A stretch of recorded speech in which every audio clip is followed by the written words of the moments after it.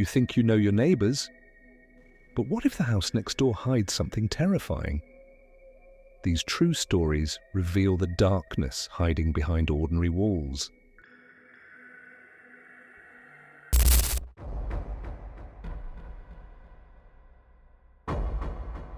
This took place a few summers ago, back when I was still living with my parents in the house I grew up in. I was 17 at the time.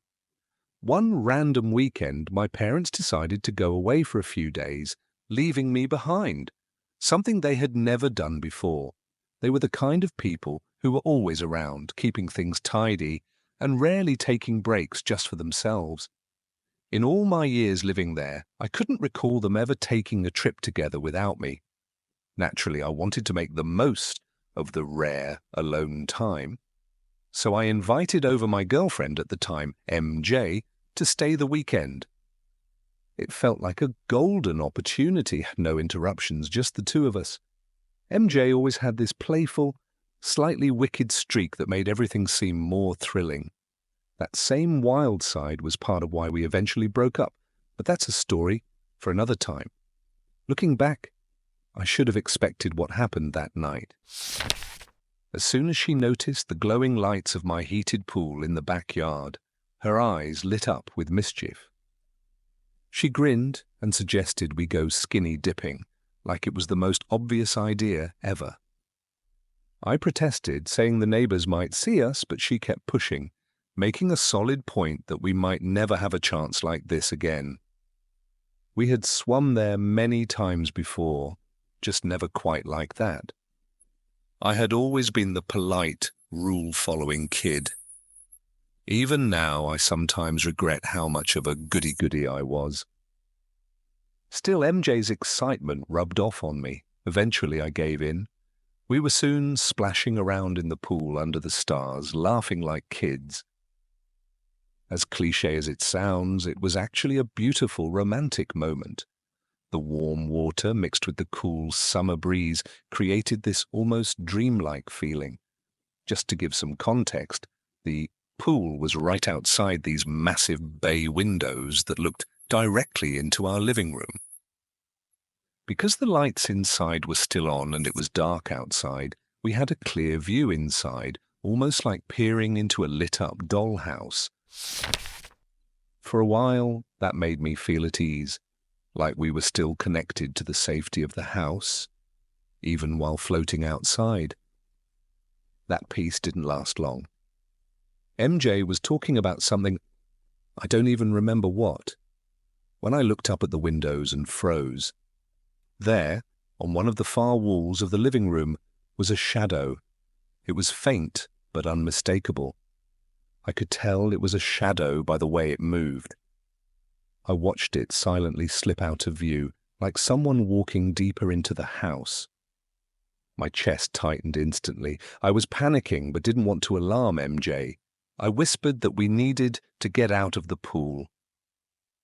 She didn't ask questions and followed my lead as I quietly got out and dried off. I told her to go into the pool house, turn off the lights, and stay hidden and silent until I came back. Her playful energy vanished completely. I could see she was scared, but she handled it well.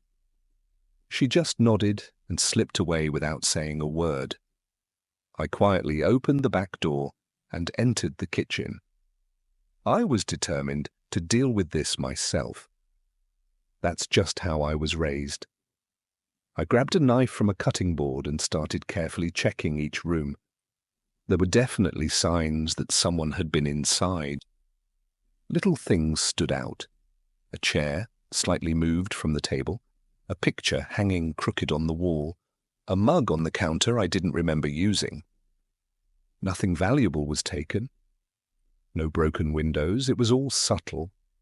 Too subtle for a typical break-in. The more I noticed, the more I started thinking, maybe this wasn't a robber. I was on edge the whole time, expecting someone to jump out, but I never found anyone.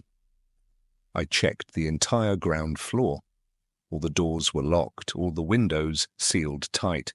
There was no logical explanation. If someone had been in the house, Where were they now?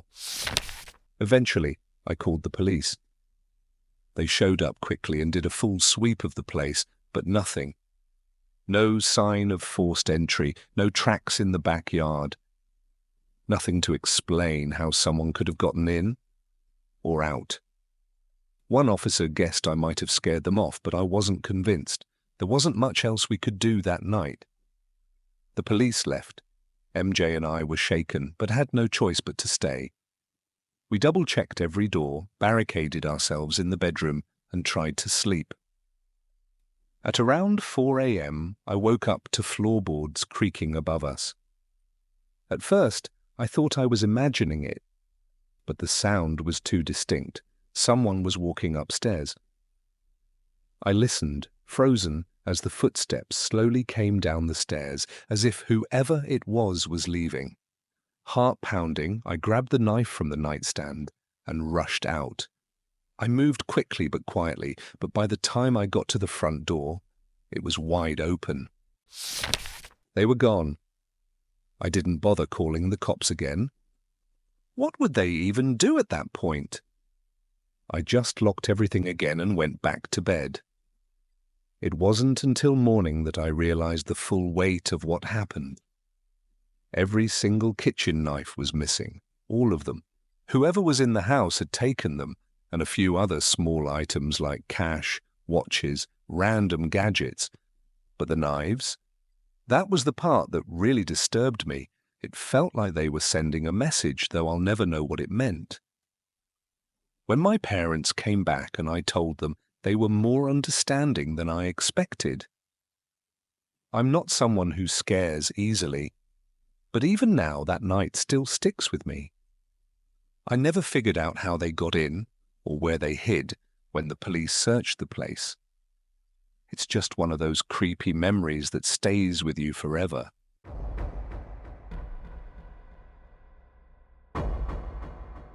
This took place last year during Rowan University's annual Spring Festival, Holly Bash. For those unfamiliar, it's basically our version of a small-scale Coachella. Held every April near the historic Hollybush Mansion, the event features carnival rides, food vendors, games, and a live concert with a surprise headliner. It's the most anticipated day on campus, with everyone joining the celebration. I was a sophomore then and, like most students, stayed out late that night. Rowan is located in a pretty quiet suburban town, and Glassboro doesn't usually feel dangerous, even in the middle of the night.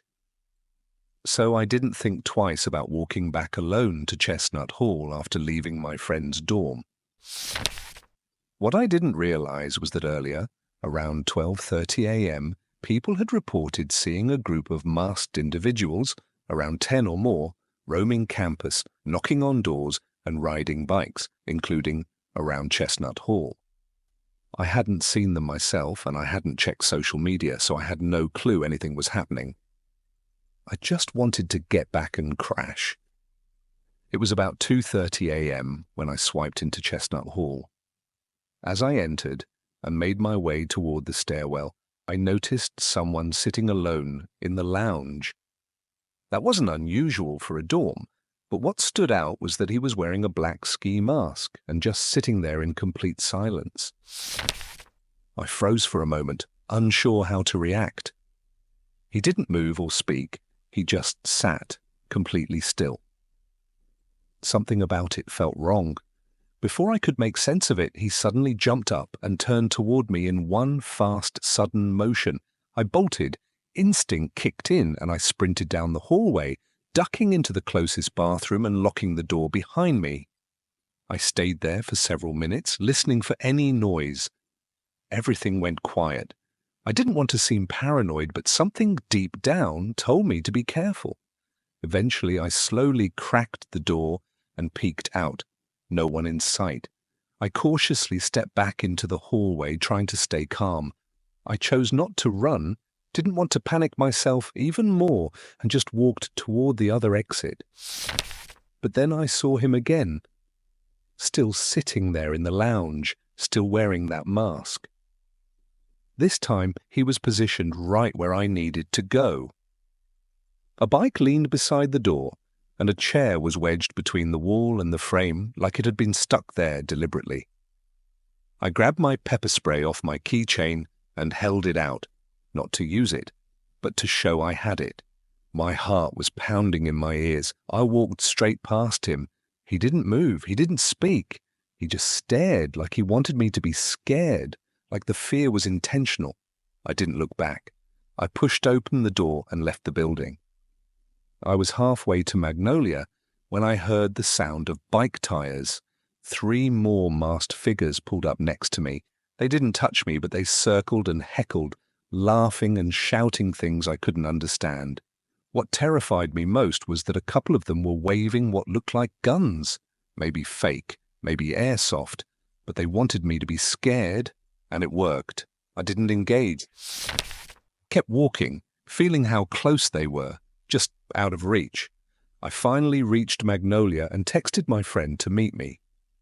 He walked me back to Chestnut, and I felt safer with him around. The masked bikers were gone by then. I didn't call the police that night. I wasn't physically harmed, but I was shaken. The next day, I told my mum everything. She reported it, and later I found out that some of my guy friends had similar run-ins that night.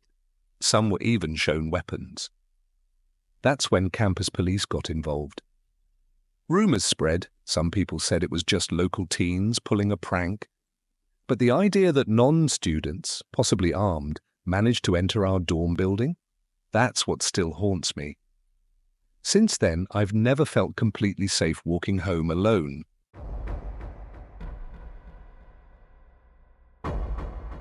This took place 2 summers ago, back when I was still seeing Amanda. I haven't talked about it until now, not because it's something I'm ashamed of, but because I didn't want to accidentally reveal anything about Amanda or her family. Now that we've been broken up for more than a year, I think it's safe to finally share the story. Amanda worked as a camp counselor during that summer at a city program. The job wasn't close, maybe a 25-minute drive from her upscale suburban neighborhood, but she genuinely loved it, though I never really understood why. I used to think it didn't quite fit her, especially given her ambitions, but I never said it aloud. Her house looked exactly like you'd imagine for a family from that kind of area.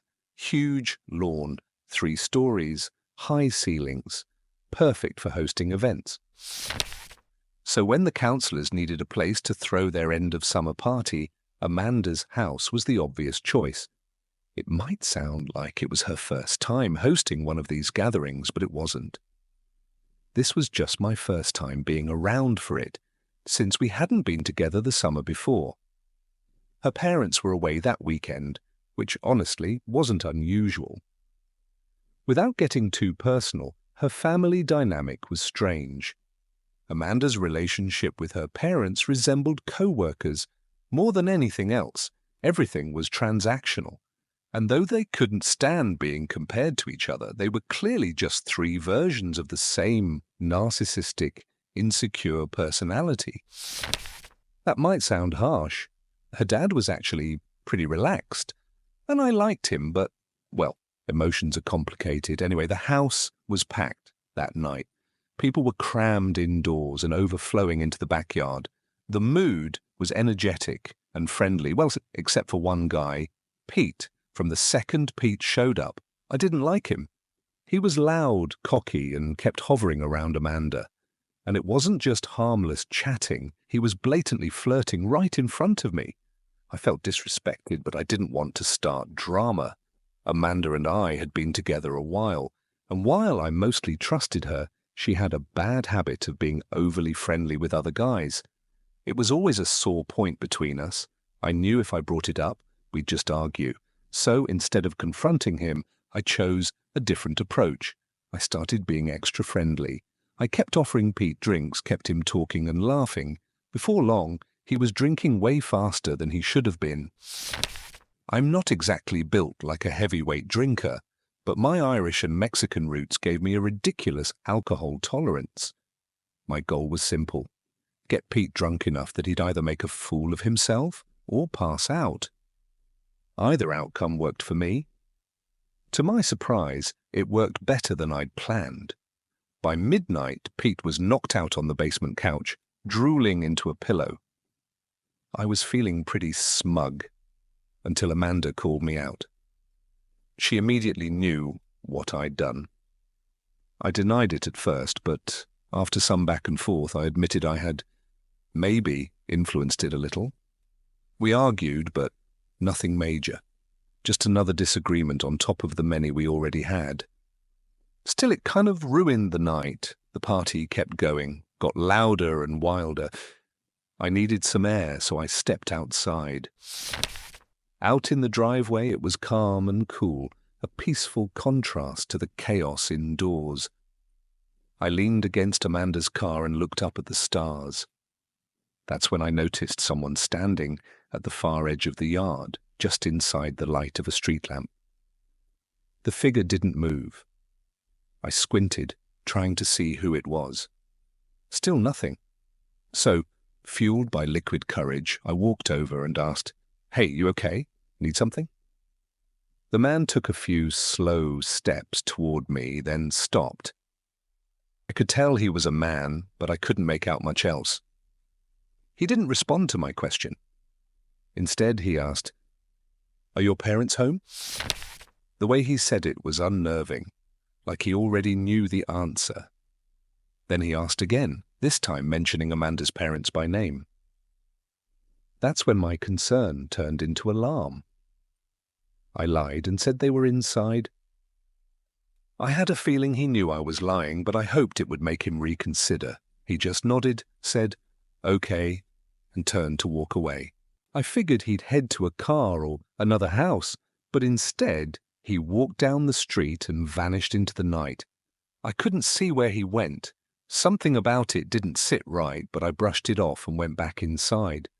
I ended up in the basement playing ping pong with a few others.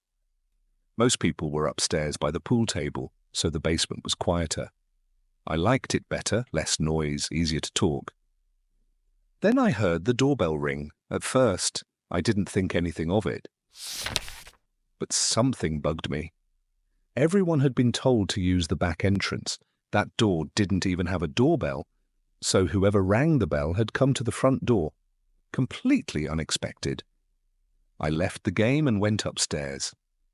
As I passed Amanda's room, I saw she was out cold on the bed, totally unaware of the chaos. That's when I realized I was probably the only one in the house sober enough to handle anything.